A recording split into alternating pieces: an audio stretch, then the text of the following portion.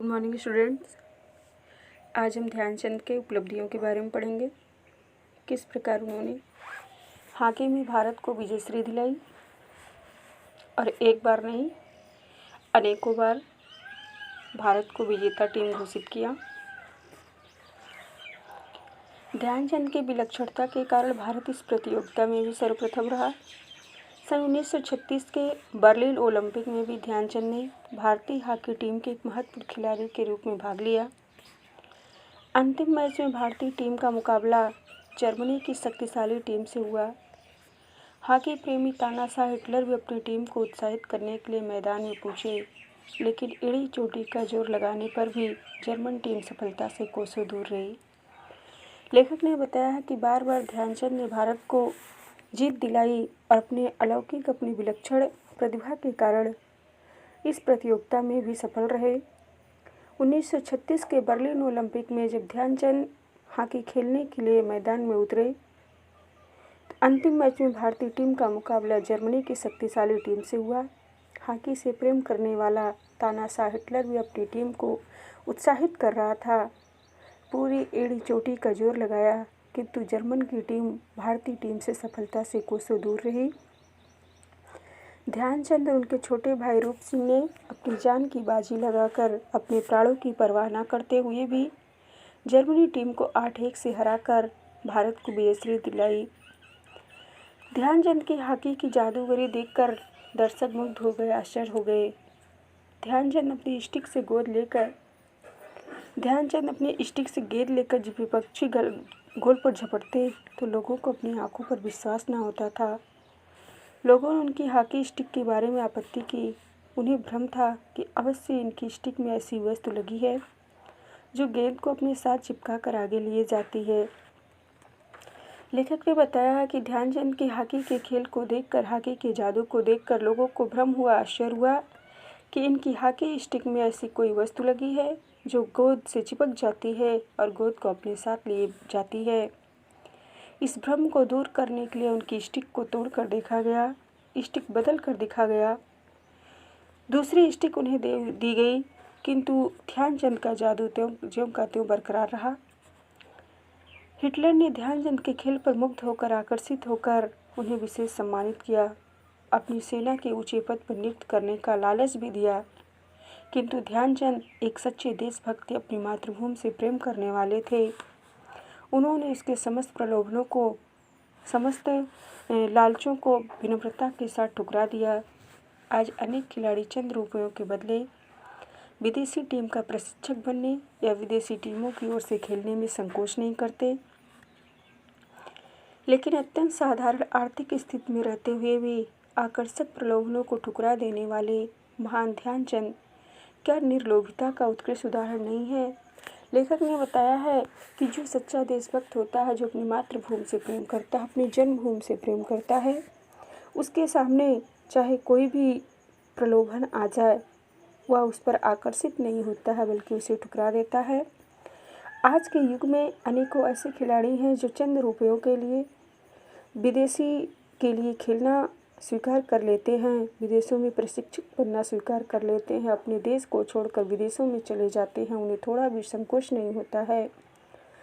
किंतु ध्यानचंद अपनी आर्थिक स्थिति अच्छी न होते हुए भी आकर्षक प्रलोभनों को भी ठुकरा दिए, क्योंकि उन्हें अपनी मातृभूमि से प्रेम था, अपनी जन्मभूमि से प्रेम था, अपने देश से प्रेम था।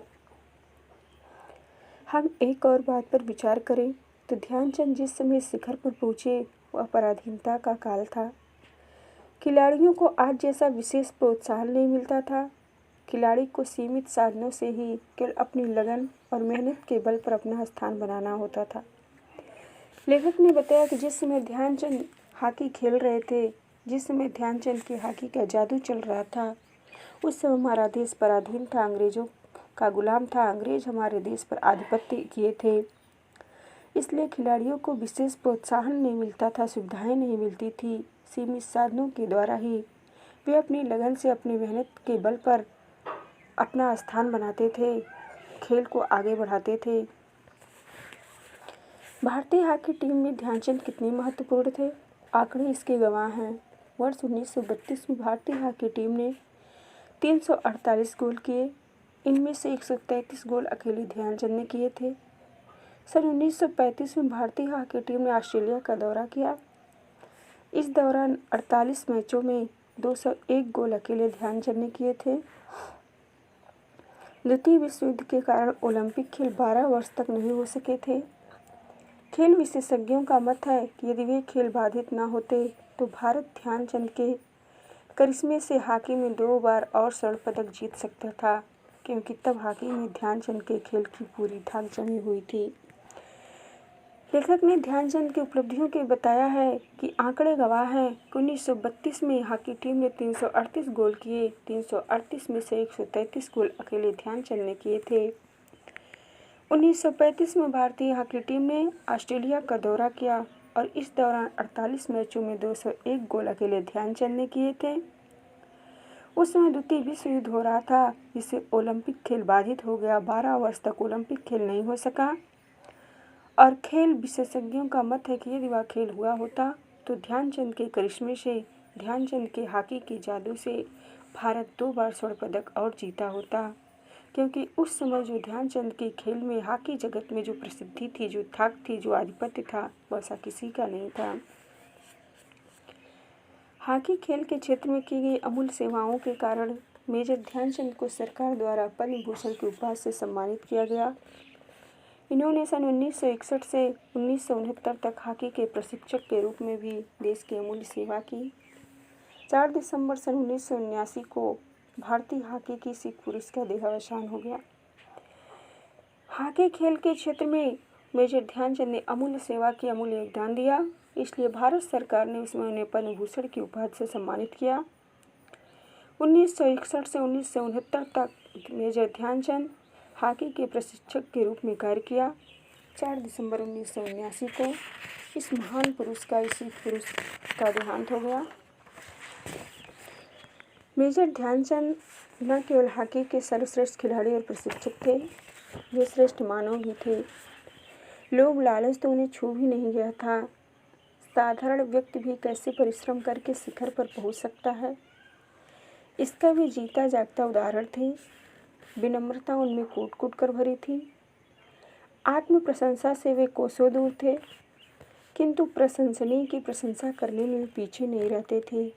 वे अपने छोटे भाई रूप सिंह की प्रशंसा करते हुए उन्हें अपने से श्रेष्ठ खिलाड़ी बताया करते थे। लेखक ने बताया कि मेजर ध्यानचंद ने केवल हॉकी को ही सर्वश्रेष्ठ स्थान नहीं दिलाया, हॉकी के सर्वश्रेष्ठ खिलाड़ी के रूप में ही कार्य नहीं किया, बल्कि वे एक श्रेष्ठ मानव थे, एक सज्जन थे। लोभ लालच के चक्कर में नहीं पड़े। साधारण व्यक्ति भी किस प्रकार परिश्रम करके, मेहनत करके उन्नति के शिखर पर पहुंच सकता है,